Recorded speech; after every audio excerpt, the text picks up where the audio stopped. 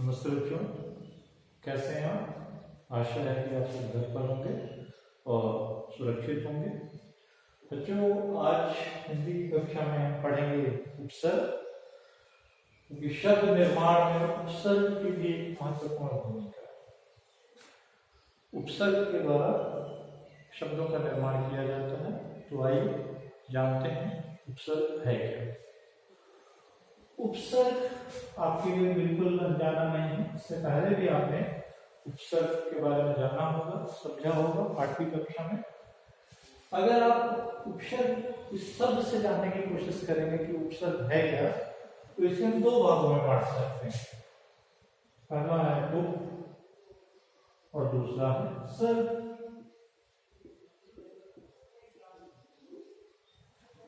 उप का जो मतलब होता है वो होता है समीप या निकट।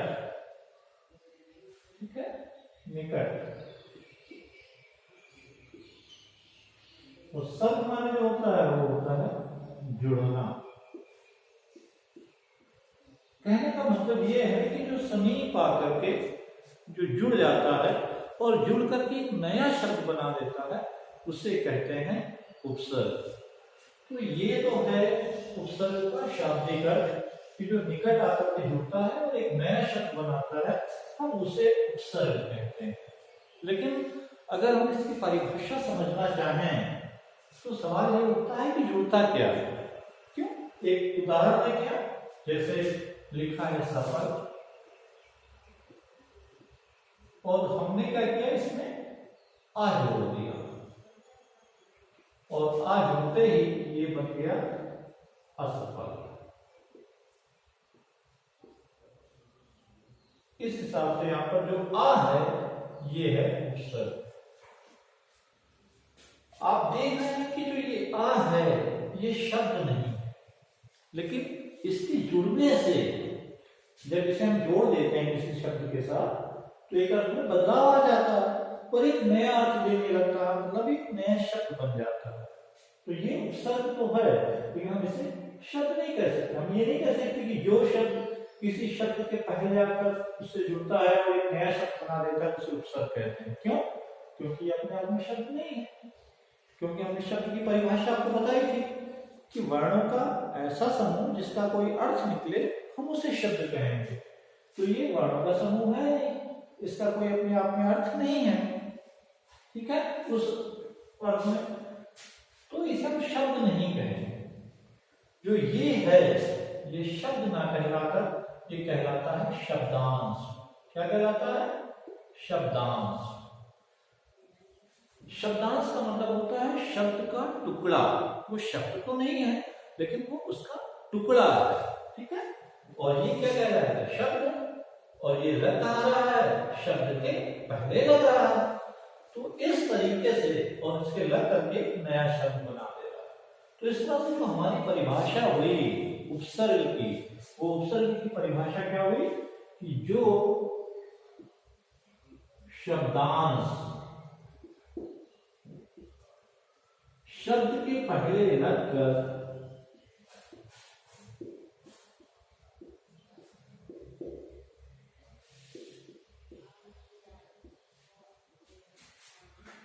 उसे एक नया शब्द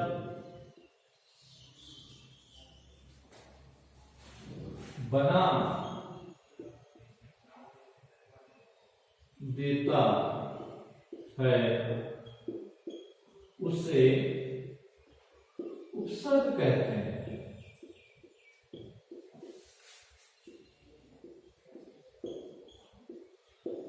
ठीक है, तो यहां पर ध्यान रखें कि उपसर्ग है क्या? वो शब्दांश है, वो शब्द का टुकड़ा है जो शब्द के पहले लगकर, ठीक है, शब्द के पहले लगकर उसे एक नया शब्द बना देता है। उसे हम क्या कहेंगे? उपसर्ग कहेंगे। तो उपसर्ग का मतलब जो शब्दांश शब्द के पहले लगकर उसे एक नया शब्द बना देता है, हम उसे उपसर्ग कहते हैं। वही है उपसर्ग, क्योंकि उप का मतलब समीप और सर्ग माने जुड़ना। तो जो समीप आकर के जुड़ता है लेकिन कहाँ जुड़ता है? शब्द के पहले जुड़ता है, और जो जुड़ता है वो क्या कहलाता है? शब्दांश कहलाता है। तो जो शब्दांश शब्द के पहले लगता है उसे एक नया शब्द बना देता है, उसे उपसर्ग कहते हैं। तो ये तो हुई उपसर्ग की परिभाषा। अब देखते हैं इसकी और क्या खास बात है, और कोई खास बात है या नहीं है। अब एक दूसरी बात यह है कि उपसर्ग इतना महत्वपूर्ण क्यों है, क्या क्या काम करता है, उपसर्ग का महत्व क्या है। हमें ये भी तो समझना होगा कि हमारे लिए इसका क्या महत्व है, हम क्यों पढ़ रहे हैं इसे, तो ये भी जानना जरूरी है कि इसका महत्व क्या है उपसर्ग का। तो जो पहला महत्व है वो ये है कि उपसर्ग से हम के माध्यम से क्या कर सकते हैं? नया शब्द बना सकते हैं, नया शब्द। ठीक है, उपसर्ग के माध्यम से नए शब्द बना सकते हैं। आपने देखा, हमने उपसर्ग जोड़ा, एक नया शब्द बन गया। दूसरा क्या, अभी अभी हमने किया था, हमने लिखा था सफल, और इसमें हमने आ उपसर्ग जोड़ा और ये बन गया क्या? असफल। ठीक है, देखा, इसको जोड़ देंगे तो क्या बन जाएगा? असफल। तो इस तरीके से असफल बना, इसका क्या मतलब हुआ? विलोम शब्द बन गया। इसका मतलब विलोम शब्द बनाने में, विलोम शब्द बनाने में उपसर्ग की भूमिका है।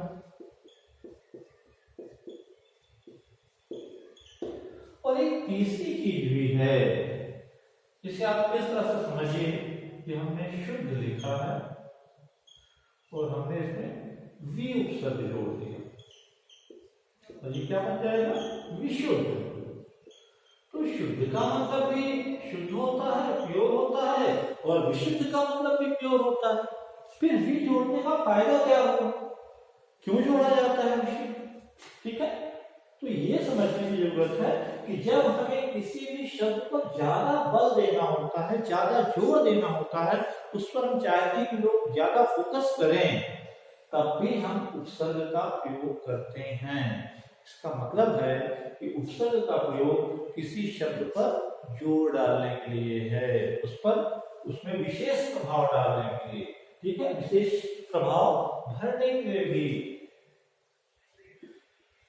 तो विशेषण, ये उपसर्ग का प्रयोग होता है विशेष प्रभाव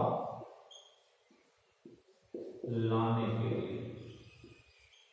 ठीक है, ये है उपसर्ग की तीन मूल बातें जिसके लिए हम उपसर्ग का प्रयोग करते हैं। ये है उपसर्ग का महत्व। ठीक है, क्या है? नया शब्द बनाने में, आप देख रहे हैं किसी भी कुछ भी करेंगे आप, नया शब्द बनेगा। विलोम शब्द बनाने में, जैसे मैंने बताया, सफल में आ लग गया तो असफल बन गया। और तीसरा मैंने बताया विशेष प्रभाव लाने के लिए, कोई शब्द होता है उसमें अगर हमें विशेष प्रभाव लाना होता है तो भी हम उपसर्ग का प्रयोग करते हैं। जैसे शुद्ध, शुद्ध में भी जोड़ दिया तो विशुद्ध हो गया। तो शुद्ध माने भी प्योर होता है और विशुद्ध माने भी प्योर होता है, लेकिन भी लग करके हमने उस शब्द को विशेष प्रभावशाली बनाने की कोशिश की है, इसीलिए ये इसका एक विशेष महत्व है। ठीक है, तो ये है उपसर्ग का महत्व। उपसर्ग हमारे लिए क्यों जरूरी है पढ़ना, इससे हम क्या क्या कर सकते हैं। अब आ जाते हैं कुछ बातें जानने उपसर्ग की, कुछ खास बात। उपसर्ग की सबसे पहली खास बात यह है कि अगर कोई शब्द तत्सम है तो उसके साथ तत्सम ही उपसर्ग प्रयोग किया जाएगा। ऐसा नहीं कि तत्सम शब्द के साथ हम तद्भव उपसर्ग प्रयोग कर लें। इसीलिए मैंने आपको तत्सम, तद्भव ये सब पढ़ाया था। तो आज देखते हैं कैसे ऐसे होता है। मान लीजिए पुत्र, देखिए पुत्र, ठीक है, और इसी का बिगड़ा हुआ शब्द है पुत्र। ये बिगड़ करके, मतलब ये क्या हुआ, ये तत्सम हुआ, और ये क्या हुआ, ये तद्भव हुआ। अब अगर पुत्र है, इसके साथ हमें जोड़ना है उपसर्ग, तो हम सु जोड़ेंगे। सु माने अच्छा पुत्र, पुत्र को कहते हैं मतलब अच्छा पुत्र। लेकिन अगर ये तद्भव शब्द है तो हम इसके साथ सु शब्द नहीं लगा सकते, हम इसे नहीं कह सकते कि ये सुपूत है। इसके लिए हमें तद्भव ही प्रयोग करना होगा उपसर्ग, और तद्भव में जो ये सु है ये बदल जाता है, ये हो जाता है सा में बदल जाता है, और इस तरीके से क्या बन जाएगा, ये बन जाएगा सपूत। तो मैंने पहली बात क्या बताई कि अगर कोई उपसर्ग में कोई शब्द है जो तत्सम शब्द है तो उसके साथ जो उपसर्ग लगेगा वो भी तत्सम ही होगा, और अगर वो कोई तद्भव शब्द है तो उसके साथ लगने वाला जो उपसर्ग है वो भी तद्भव ही होगा। इसको दूसरी तरीके से देखें, यही हमने पुत्र रखा है, लेकिन हमने सु की जगह हम सिर्फ कु कर दें। कु माने क्या होता है, बुरा, कुपुत्र, बुरा पुत्र। फिर से यहां पर बदल जाएगा, फिर से क्या बदल जाएगा, यहां पर भी हम कु का प्रयोग नहीं कर सकते हैं, यहां पर फिर से क्या हो जाएगा, यहां पर कु का में बदल जाएगा और ये शब्द बन जाएगा कपूत। ठीक है, तो आप ये भी देख लीजिए, आपने देखा कि तत्सम से तत्सम जुड़ता है उपसर्ग, और तद्भव शब्द के साथ तद्भव उपसर्ग जुड़ता है। तो पहली बात तो ये भी सीख लीजिए, ये भी समझिए कि ऐसा भी है। दूसरी बात, जिस भाषा का शब्द होगा उसी भाषा का उपसर्ग उसके साथ जुड़ेगा, ये दूसरी बात है। जैसे देखते हैं, जैसे लिखें जिम्मेदार, ठीक है, ये फारसी भाषा का शब्द है। अब इसके साथ फारसी भाषा के शब्द जुड़ेगा, क्या हो जाएगा, गैर जिम्मेदार। ठीक है, गैर जिम्मेदार।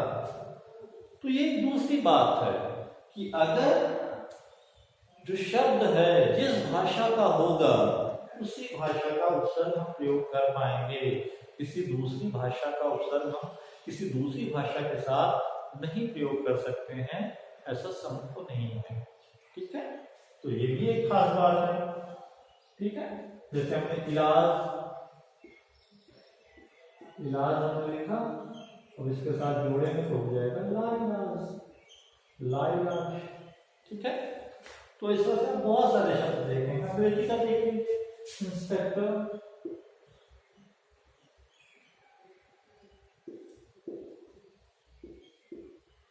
इसके साथ जुड़ेगा इंग्लिश का ही उपसर्ग होगा, सब इंस्पेक्टर। ठीक है, तो आपने देखा कि जिस भाषा का शब्द होता है उसी भाषा का उपसर्ग होगा, ये दूसरी खास बात है। अब आ जाते हैं हिंदी उपसर्गों की चर्चा करते हैं।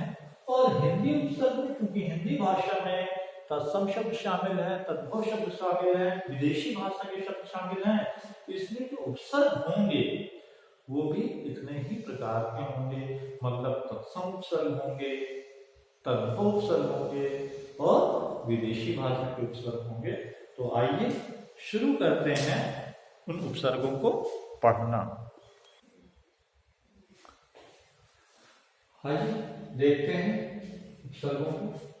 ये तत्सम शब्दों से जुड़े हुए उपसर्ग हैं, और उपसर्गों से जो शब्द बनते हैं आपके लिए बहुत ही अच्छी बात है कि अगर आप उपसर्गों के जो अर्थ अगर आप समझ गए तो बहुत सारे शब्दों के अर्थ निकालना आपके लिए बड़ा ही सरल होगा। तो देखते हैं उपसर्ग, और उसके बाद हम शब्दों के अर्थ निकालने की कोशिश करेंगे, क्योंकि शब्दों के बारे में हर शब्द के अर्थ को जानना किसी के लिए संभव नहीं है।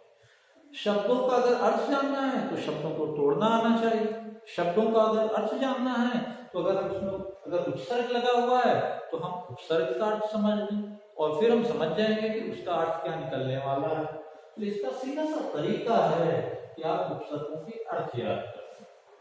अगर आपने उपसर्ग का अर्थ समझ लिया है तो आप शब्दों को तोड़कर के उसका अर्थ निकाल पाएंगे, बड़ा ही सरल होगा उसका अर्थ निकालना। तो आइए शुरू करते हैं इन उपसर्गों को समझना। और जो पहला उपसर्ग आपका रखा गया है वो रखा गया है दुर। दुर माने क्या होता है? दुर माने होता है बुरा, दुर माने होता है कठिन। अब जैसा शब्द लगेगा हम उसका अर्थ वैसा ही जोड़ेंगे उसके साथ। आइए जुड़ते हैं, देखते हैं। दुर माने बुरा और कठिन मैंने तो बता दिया है यहाँ पर। हमने देखिए पहला शब्द लिखा दुर, दुर्जन। देखिए जुड़ करके ऐसे बना, ठीक है। ये दुर जुड़ा और जन, इसको आप देखिए ऐसे समझिए, दुर प्लस जन, ठीक है। क्योंकि तो जोड़ना भी आना बहुत जरूरी है। और जब ये रा होगा आधा तो ये कहाँ चला जाएगा? ये ऊपर जाके ऊपर आ गया। यहाँ पर देखिए रा कहाँ चला गया? रा जाके ऊपर चला गया और इस तरह से जुड़ करके ये क्या बन गया? दुर्जन। अगर आपने संधियों को सीखा होगा कि वर्णों को जोड़ा कैसे जाता है तो निश्चित रूप से आप इसे समझ पा रहे होंगे। और अगर आपने संधियां नहीं सीखी हैं तो फिर ये थोड़ा समझना मुश्किल होगा। आप समझिए यहाँ पर तो ये रा है, ये रा कहाँ चला गया? जाके ऊपर रेफ के तरह से, ठीक है। ये रा ऊपर चला गया, दू अपनी जगह पर है, ये रा हट गया जाके ऊपर चला गया और ना अपनी जगह है तो ये क्या बन गया? ये बन गया दुर्जन। अब दुर्जन का मतलब कैसे निकलेगा? जन माने क्या होता है? लोग। दुर माने क्या होता है? कठिन या बुरा। तो यहाँ कठिन लोग नहीं होगा, यहाँ तो होगा बुरे लोग। अर्थात जो भी बुरे लोग होंगे हम उन्हें क्या कहेंगे? दुर्जन कहेंगे। देखिए आपने अर्थ निकाल लिया यहाँ पर कि दुर्जन का मतलब क्या होगा? बुरा। जो बुरे लोग होंगे उन्हें क्या कहेंगे? दुर्जन कहेंगे। अब देखते हैं, एक शब्द होता है दुर्बल।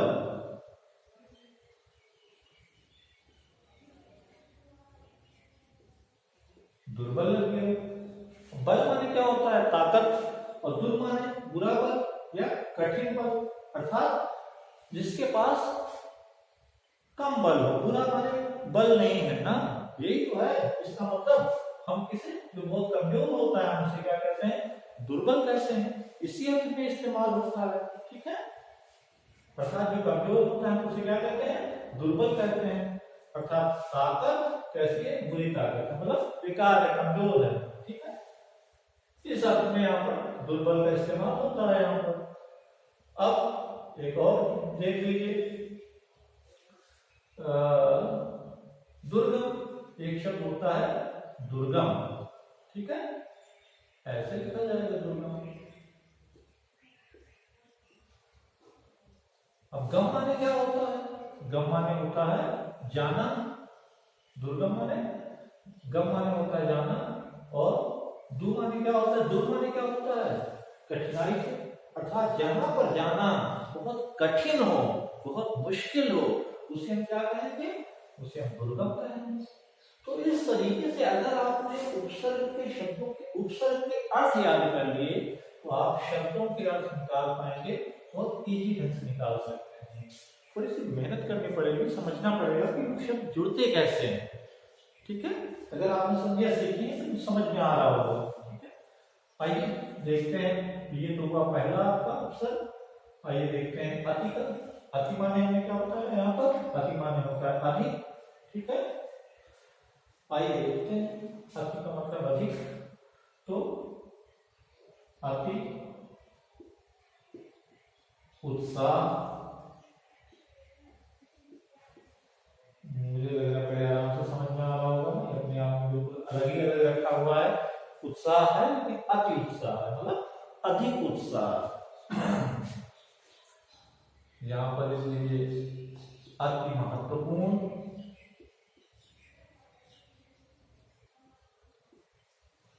ठीक है।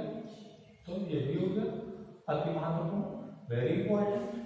महत्वपूर्ण है लेकिन अति महत्वपूर्ण है, अधिक महत्वपूर्ण है। इस तरीके से जोड़िए, ठीक है। तो इस तरीके से बहुत सारे शब्द बनेंगे। अतिरिक्त बनेगा, ठीक है, कि मतलब जो खाली है उससे अधिक। रिक्त माने खाली, अति माने अधिक। तो खाली के से अधिक है वो है अतिरिक्त, ठीक है। और इस तरह से आप बहुत सारे शब्दों को जोड़ करके अति समझने की कोशिश कीजिए और देखिए क्या वास्तव में इससे अर्थ निकल रहे हैं। अब आ जाते हैं अधि। अधि माने क्या होता है? ऊपर होता है या समीप होता है। अब देखो होगा कि बहुत सारे शब्द ऐसे आपको मिलेंगे जिनका प्रयोग आप बहुत ही सामान्य रूप से नहीं करते हैं। क्यों? क्योंकि ये तत्सम शब्द है, और तत्सम का मतलब मैंने बताया था कि संस्कृत से सीधे सीधे हिंदी में आ गए हैं। तो बहुत सारे शब्द तो हिंदी में शामिल हैं, बहुत इजी ढंग से उनको हम प्रयोग करते हैं, लेकिन बहुत सारे ऐसे शब्द हैं जिनका प्रयोग हम कम कर चुके हैं, इसलिए हो सकता है उन सारे शब्दों में आपको दिक्कत है। ठीक है, तो यहाँ पर देखते हैं, इसे मिटा देते हैं।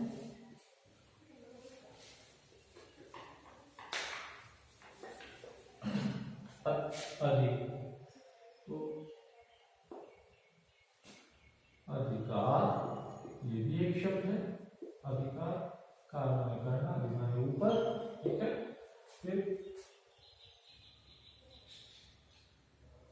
अधिवास भी होता है। वास माने निवास करना, रहना। अधि माने समीप, यहाँ पर समीप का निकल आएगा कि जो हमारे पास, हमारे समीप निवास करता है उसे हम अधिवास कहते हैं। ठीक है, तो इस तरह से आप अधि के लिए आप निकालने की कोशिश कीजिए। अब देखते हैं अनु। अनु माने क्या मैंने बताया? पीछे या समान। पहला शब्द अनुशासन। ठीक है, जो समान शासन करे। फिर अनु, अनुराग, राग माने प्रेम, जो प्रेम के बदले प्रेम करे, प्रेम के पीछे प्रेम करे, प्रेम के बदले में क्या है? प्रेम या समान प्रेम करे, दोनों ही अर्थों में ये सही हो जाएगा। ठीक है, फिर अनुगमन। अनुगमन का मतलब गमन माने चलना, अनु माने पीछे, जैसे वो चलते हैं वैसे कोई दूसरा चले उसे अनुगमन कहेंगे। तो इस तरह से आपने देखा बहुत सारे अर्थ निकलते चले जा रहे हैं। यहाँ पर देखिए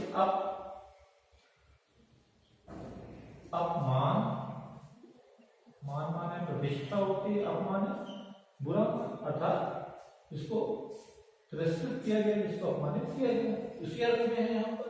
अपयश, यश माने प्रसिद्धि, अपमाने बुरा हो गया, बुरे रूप में प्रसिद्ध हो गया, तो अपयश हो गया। ठीक है, इस तरह से चलेगा। अब देखते हैं यहाँ पर नीचे अवनति। नति माने नीचे हो, और नीचे बुरे रूप में नीचे हो। फिर